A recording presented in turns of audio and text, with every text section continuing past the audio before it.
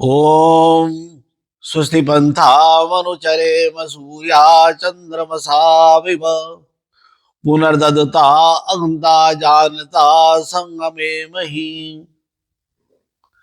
सिया राम मैं सब जग जानी, करहूं प्रणाम जोड़ जुग पाणी।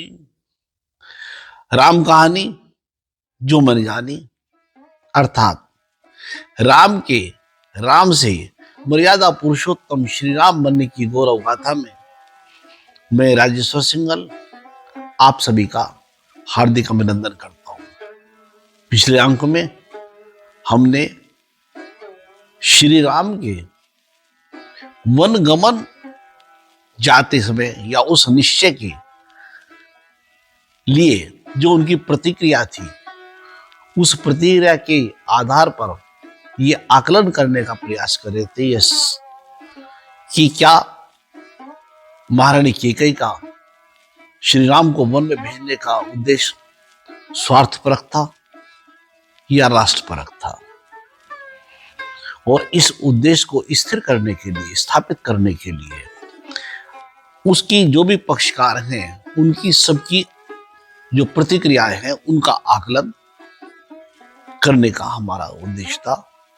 पिछले अंक में हमने श्री राम की अभिव्यक्ति मौखिक और शारीरिक, उसकी विवेचना की कि श्री राम का जो डिसीजन है, जो निश्चय है, जो निर्णय है, वो निर्णय चाहे महारानी कैकेयी के कहने पर हुआ, लेकिन वो निश्चय उन्होंने कर लिया था। इसी विचार को आगे बढ़ाते हुए इस अंक में हम इस बात का जानने का प्रयास करेंगे कि क्या श्री राम का यह निश्चय उस निर्णय के गुण और दोष के आधार पर था, अथवा ये विशुद्ध पितृभक्ति थी। दो डिफरेंट इसके दृष्टिकोण है कि वो पितृभक्त थे, इसलिए जैसे पिता ने कहा वैसा करने के लिए वो वन में चले गए, या इसके साथ में उन्होंने इस बात का भी निश्चय किया था कि जिस बात की कामना महारानी कैकेयी ने की, उसके गुण और दोष क्या है, उसका बेहतर अर्थ क्या है, उसकी सार्थकता और उद्देश्य क्या है। आज इस प्रश्न को सुलझाने का प्रयास करेंगे। मित्रों, जहां तक पितृभक्ति का सवाल है, जहां तक पिता की आज्ञा पालन करने का सवाल है, अगर केवल यही आधार राम को मर्यादा पुरुषोत्तम श्री राम बनाता है तो यह अधूरा है, समग्रता इसमें नहीं है। क्योंकि अगर हम पितृभक्ति की बात करें तो इस दिव्य राम कथा के बाहर जाने की आवश्यकता नहीं है।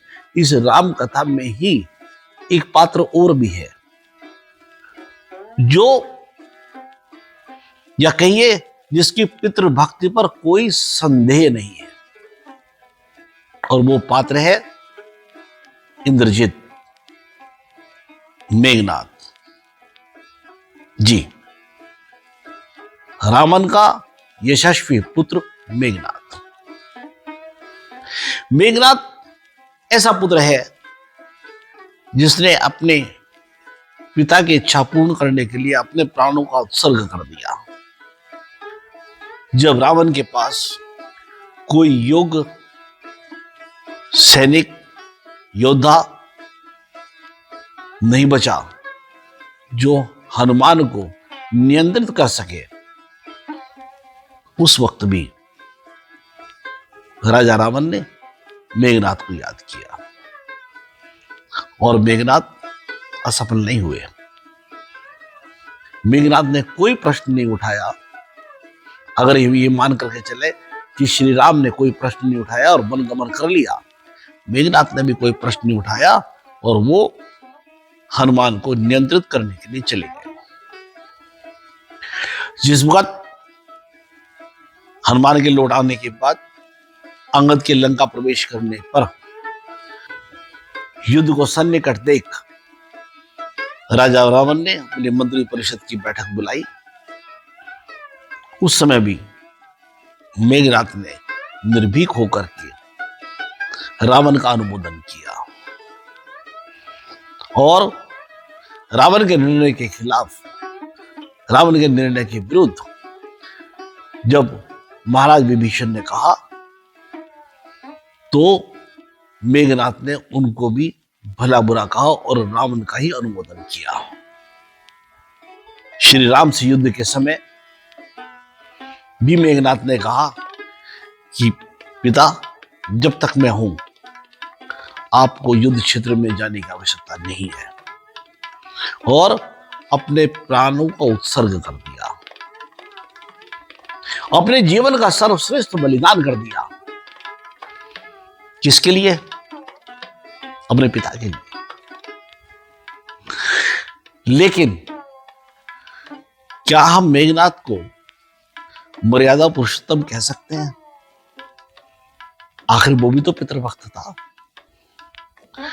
न महाकवि वाल्मीकि ने और न ही उनके उत्तरोत्तर कथाकारों ने, किसी ने भी मेघनाथ को मर्यादा पुरुषोत्तम नहीं माना है। तो मात्र पितृभक्ति के आधार पर श्री राम को मर्यादा पुरुषोत्तम मान लेना अधूरा है।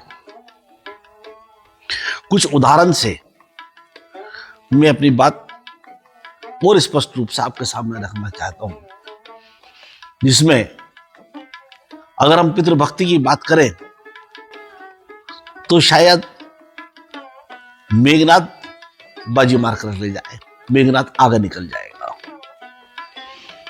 महर्षि लिखते हैं कि जिस समय महारानी कैकेयी ने 2 वर मांग ली है और श्री राम ने निश्चय कर लिया मुझे वन में जाना है, तब महाराज दशरथ ने क्या कहा? महाराज दशरथ कहते हैं, रघुनंदन, मैं कैकेयी को दिए हुए वर के कारण मोह में पड़ गया हूं। तुम मुझे कैद करके स्वयं ही अब अयोध्या के राजा बन जाओ। ये पिता के उद्गार है पुत्र के लिए कि मुझसे गलती हो गई है, इसलिए मुझे कैद कर लो और राजा बन जाओ। यही नहीं, फिर कहते हैं महाराज दशरथ कि बेटा रघुनंदन, मैं सत्य की शपथ खाकर कहता हूं कि यह मुझे प्रिय नहीं है, अर्थात तुम्हारा वन में जाना मुझे अच्छा नहीं लगता है। लेकिन श्री राम इन दोनों बातों को छोड़ करके मन में चले जाते हैं। ये दोनों बात पितृभक्ति में एक संशय उत्पन्न करती है। आस्था होने पर, भाव उत्पन्न होने पर हम उसकी ये कहकर के कि सब उन्होंने जो कहा ठीक कहा, पितृभक्ति है, वर तो दे रखे थे, हम उसे कह तो सकते हैं, लेकिन यथार्थ उसके पीछे कुछ और है। जो श्री राम अपने पिता से कहते हैं इस प्रश्न के उत्तर में, वो कहते हैं कि न तो मुझे राज की आकांक्षा है, न सुख की आकांक्षा, न पृथ्वी की, न इन संपूर्ण भोग की, न स्वर्ग की, न जीवन की इच्छा है। श्री राम कह रहे हैं अपने पिता से, हे पुरुष शिरोमणे, मेरे मन में यदि कोई इच्छा है तो यह है कि आप सत्यवादी बने। अब यहां प्रश्न उठता है कि वो श्री राम किस सत्य की बात कर रहे हैं? कैकेयी को इस समय दिए हुए सत्य की बात कर रहे हैं, या कैकेयी के पिता को विवाह के समय दिए गए सत्य की बात कर रहे हैं कि जब उन्होंने कैकेयी नरेश से ये कहा था, ये शपथ ली थी कि अयोध्या का राजा कैकेयी का पुत्र बनेगा, या किसी और सत्य की बात कर रहे हैं, या इस सत्य के साथ में राजा के कर्तव्य परायणता को याद दिला रहे हैं कि राजा का कर्तव्य है कि अपनी प्रजा की रक्षा करे। प्रजा है तो राजा है। अथर्ववेद में एक मंत्र आता है, बहुत ही सुंदर मंत्र है। स्तुता मया वरदा वेद माता प्रचोदयन्तां पापमानी द्विजानां आयु प्राणम प्रजाम प्रजाम। कामना क्या करी? प्रजा की। अगर प्रजा है तो ही राजा है, यही श्री राम का चिंतन है। इसलिए कहते हैं कि राजा को बता रहे हैं कि सत्यता यह है कि कर्तव्य परायण होना है, अपनी जो जनता कष्ट में है उसको कष्ट से मुक्ति दिलाने का कार्य है। और जब आप राजा बने तो आपने लिया, लेकिन आप उस कार्य से बचना चाहते हैं, इसलिए कहते हैं कि आप सत्य की सत्यवादी बने। और एक बात और मैं कहता हूं, उस निश्चय के बाद श्री राम ने एक बार भी ये नहीं कहा कि ये निश्चय मैंने महारानी कैकेयी के कहने से लिया है। अपने राज तिलक के विषय में भी महाराज दशरथ से कहते हैं कि रघुनंदन, मैंने अपने मन को सुख देने अथवा स्वजनों का प्रिय करने के उद्देश्य से राज्य लेने की इच्छा नहीं की थी। आपकी आज्ञा का यथावत रूप से पालन करने लिए ही मैंने उसकी अभिलाषा की थी। तो जो निश्चय वन गमन में है, उस निश्चय को श्री राम ने करने से पहले यह निश्चय कर लिया कि उसके गुण दोष क्या है। पुत्र का कर्तव्य मात्र इतना नहीं है कि वो अपने पिता की आज्ञा का पालन करे ना, उसका कर्तव्य है कि वो हर प्रकार से धर्म युक्त आज्ञा का पालन करे। यही विभेद, यही अंतर श्री राम और मेघनाथ में है। मेघनाथ अपने पिता की इच्छा का पालन करते हैं, उनकी इच्छा को पूर्ण करने का सकल प्रयास करते हैं, लेकिन श्री राम अपने पिता की धर्मयुक्त इच्छा का पालन करने का प्रयास करते हैं। लेकिन क्या महर्षि ने इसके बारे में कुछ लिखा है? जी, श्री राम महाराज दशरथ से कहते हैं कि मेरे मन में अगर कोई इच्छा है तो यह है कि आप सत्यवादी बने, आपका वचन मिथ्या न होने पावे। यह बात मैं आपके सामने सत्य और शुभ कर्मों की शपथ खाकर कहता हूं। यहां दो बात और मैं आपके सामने रखना चाहता हूं कि श्री राम क्या कहते हैं। हे महाराज, आज यात्रा करके जिन गुणों को पाऊंगा उन्हें कल कौन मुझे देगा, एक बात।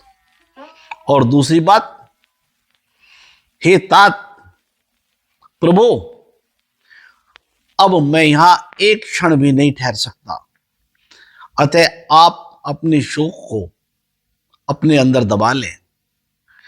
मैं अपने, ध्यान देने योग्य है, मैं अपने निश्चय के विपरीत कुछ नहीं कर सकता।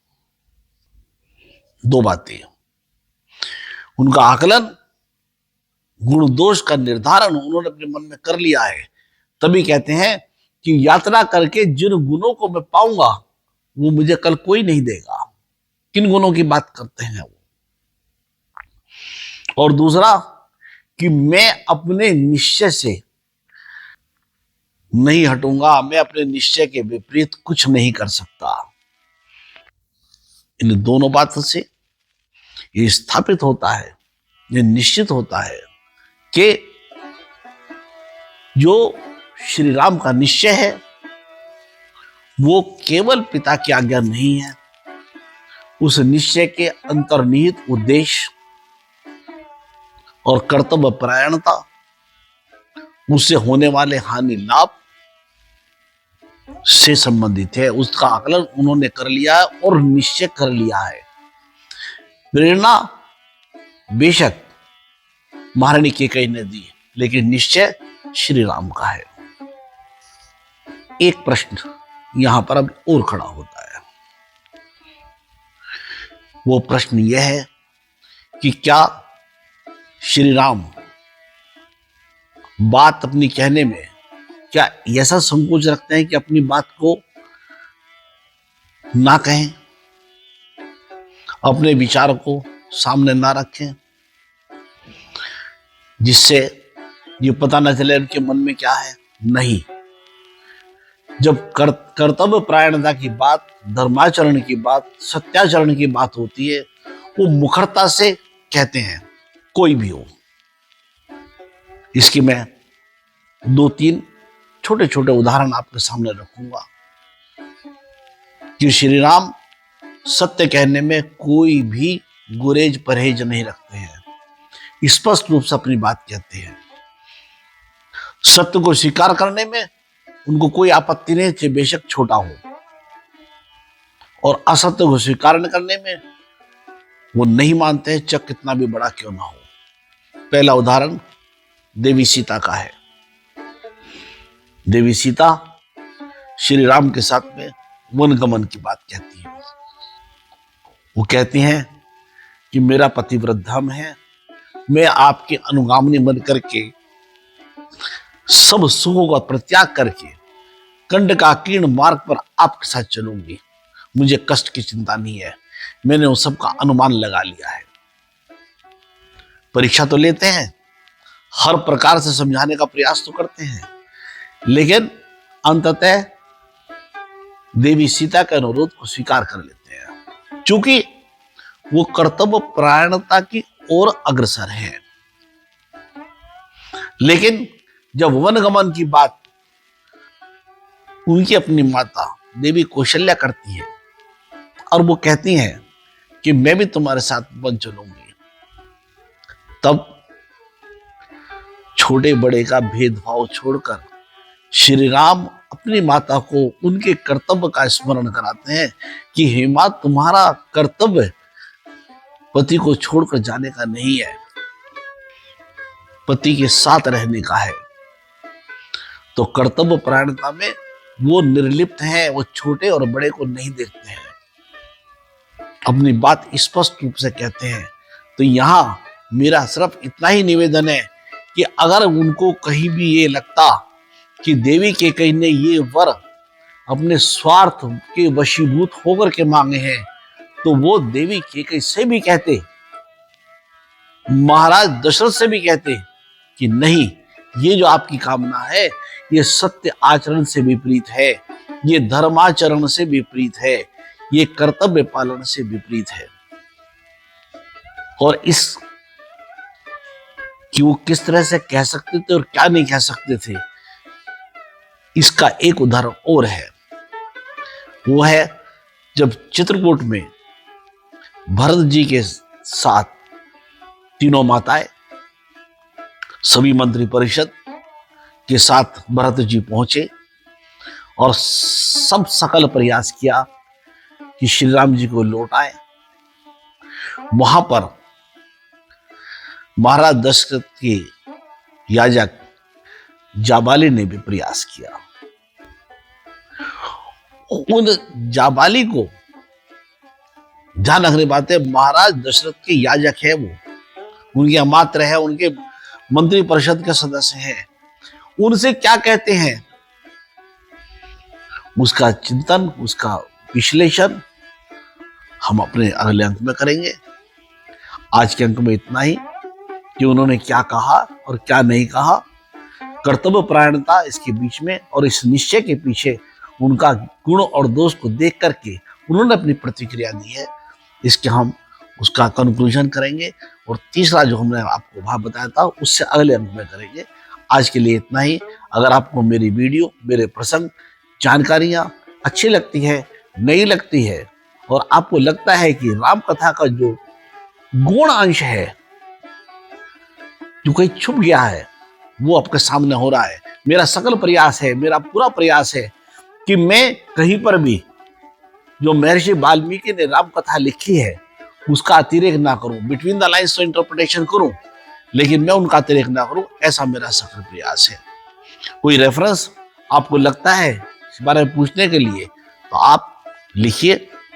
आपको मेरी वीडियो अच्छी लगती है तो इसको शेयर कीजिए, लाइक दीजिए, और अधिक से अधिक इसका प्रचार प्रसार में सहायक बनिए।